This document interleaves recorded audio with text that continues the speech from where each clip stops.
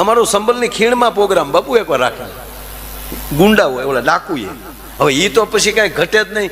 એણે જે કાંઈ સોના ચાંદી જે કાંઈ લૂંટ્યું અમારી માથે મળ્યા ઢીગલા કરવા. અને અમને એમ છું ભાઈ હવે પછી તો પ્રોગ્રામ કરવાના રહેતા જ નથી ને. કોથળા ફેર્યા હો અમી તે ફોર્ચ્યુનર આમ હાલે, આગલા વિલા અડે નહીં હો. જ્યાં ડુંગરના ગાળામાં નીકળ્યા હતા એના એ જ આડા ફેર્યા બંદૂકા લઈ લઈને. ભાગ ન પાવે કાઢી નાખો ને કરે માવું હઈ ગયું નહીં થાય. એલા ભાઈ અમે રાજ્ય પ્રોગ્રામ વાળા હતા એ સહી, તમે તમારો જ પ્રોગ્રામ કર્યો તાકી અમને ખબર છે ને એ પ્રોગ્રામ કર્યો એ અમારું કર્મ હતું, આ અમારો ધર્મ છે. એટલે ધરબી નાખ્યા હો.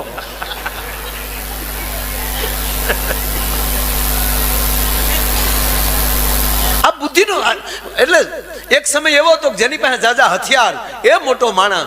એ પછી એક સમય એવો આવ્યો કે જેની પાસે જાજા પૈસા મની પાવર એ મોટો માણા. અને હાલનો યુગ એવો આવ્યો જેની પાસે મગજ, જેની પાસે સારું મગજ, પવિત્ર વિચાર,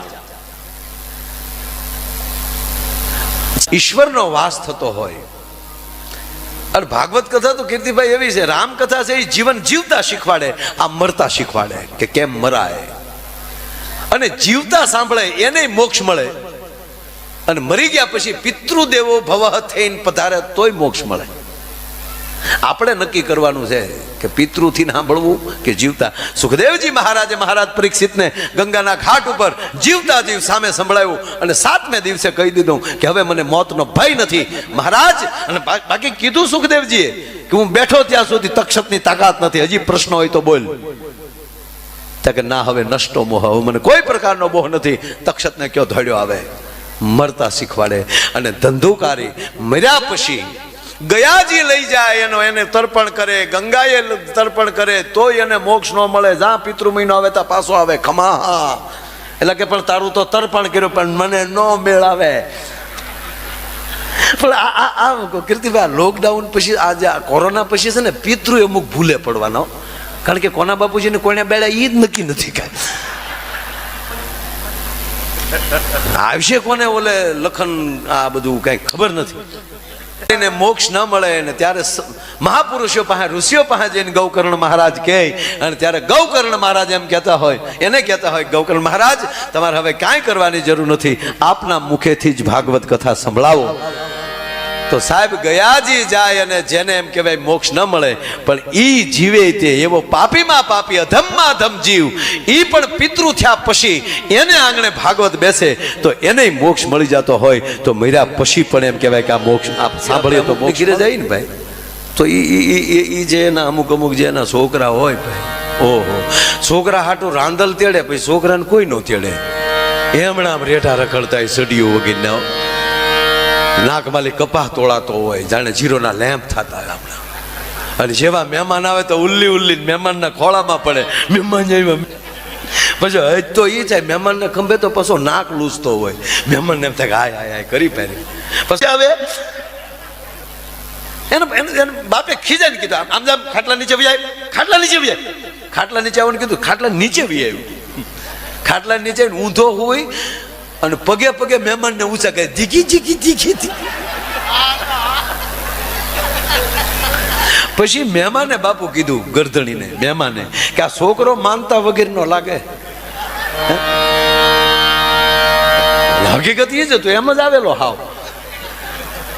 આ છોકરો માનતા વગેરે લાગે કે તમને કેમ ખબર પડે તમારું નથી માનતો એટલે. જો આ યુગ છે એ બુદ્ધિનો યુગ છે 100% દાદા. એક સમય હતો કે જ્યાં જેની પાસે ગૌધન વધારે એ ધનવાન કહેવાતો હતા, એટલે જેને નંદનું બિરુદ મળ્યું છે. એક સમય એવો હતો કે જેની પાસે ગૌધન વધારે, પશુધન વધારે.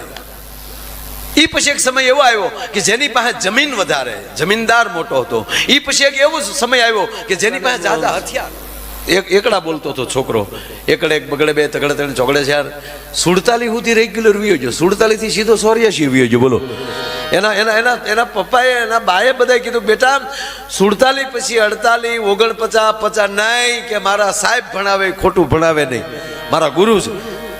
47 પછી 84 જ આવે. આખું ઘર કંટાળ્યો પણ ગાંડા આ વચ્ચે ગાબડું પડે જ નહીં, મારા ગુરુ ભણાવતા હતા. આખું ઘર પછી સ્કૂલે આવ્યું.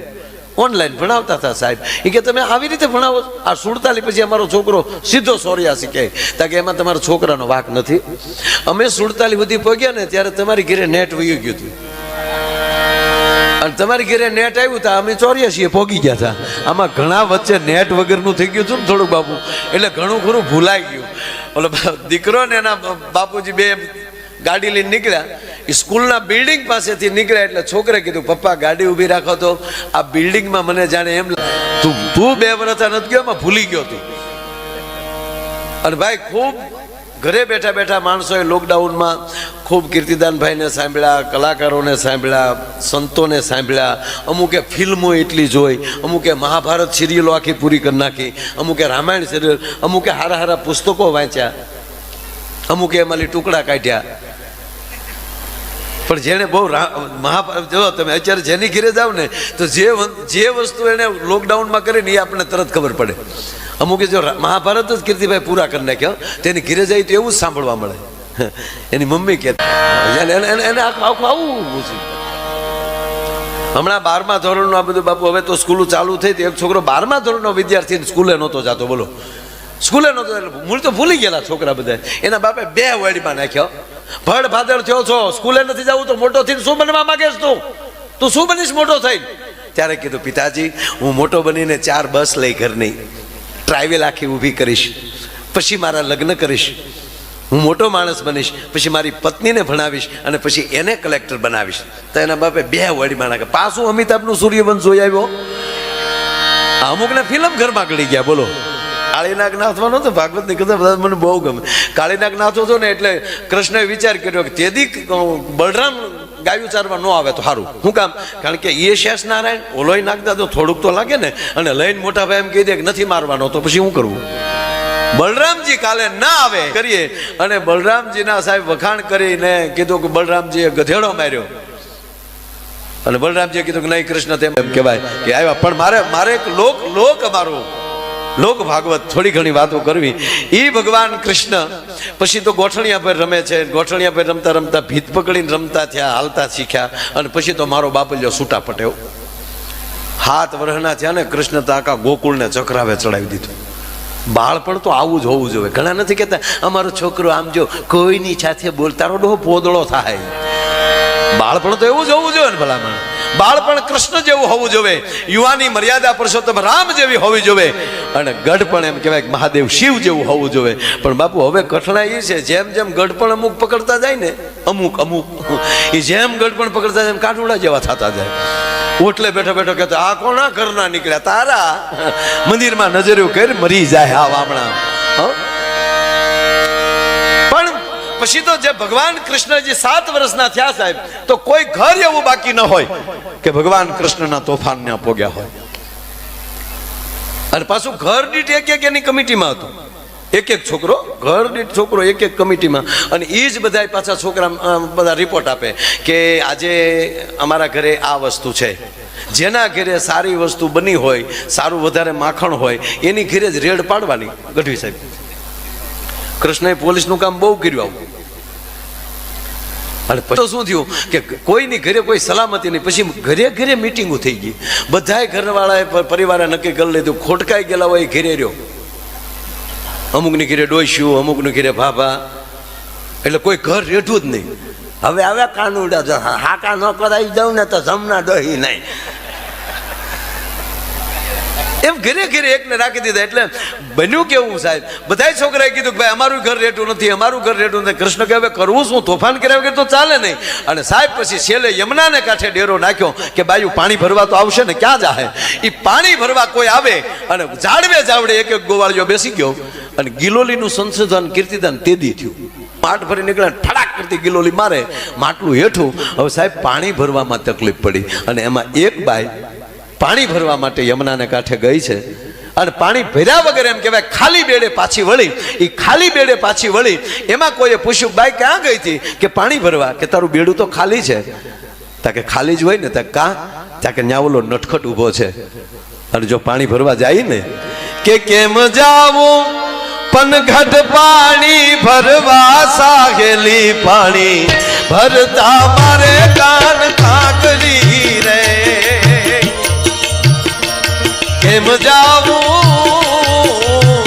એ કેમ જાવું પણ ઘટ પાણી ભરવા એ બાયુ ત્યાં પાણી ભરવા કેમ જાવું ત્યાં ઓલો નટખટ ઊભો છે એટલે બીજી બાઈ શું કીધું કે ઘરે મહિના માટ નહોતો રહેવા દેતો માખણ નથી રહેવા દેતો અને હવે પાણી હેરડે એને કબજો કર્યો એટલે આવી રીતે ચલાવવાનું એટલે આ બાઈ હતી ને સમજદાર હતી કે ના એવું નથી આગળ ગાયો લઈને વયો જાય ને પછી પાણી ભરી આવશું જો આ સમજાય આપણે જેને અરે વાંધો હોય પાનને ગલ્લે ઊભો હોય તો આપણે ઘડીક ન જવું જોઈએ કે આગળ માવું છોડીને વયું જાય પણ આપણા મીટર નોખા હોય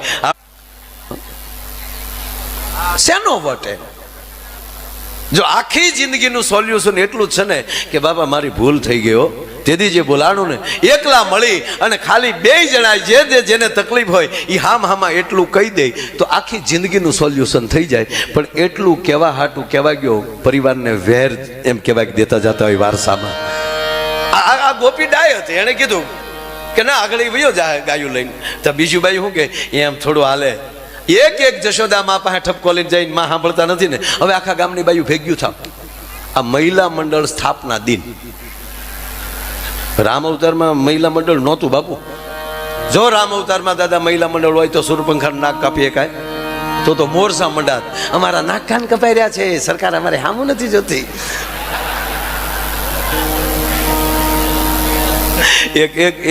એક સાસુ પાસે એનો જમાય આવ્યો જમાઈ આવીને મળ્યો એને સાસુને કહેવા કે સાસુમાં હે દીકરી હો તમારી દીકરી હો ભૂલ્યું છે તમારી દીકરીમાં હો ભૂલ્યું છે તેને હાહુએ કીધું સાચી વાત છે કુમાર એટલે જ અમને સારો છોકરો ન મળ્યો તમે જ્યારે કોકને કહેવા જાવ છો ને ત્યારે પોતાનો ગાળિયો ડોકમાં આવે ને આવે એમાં કાંઈ ઘટે નહીં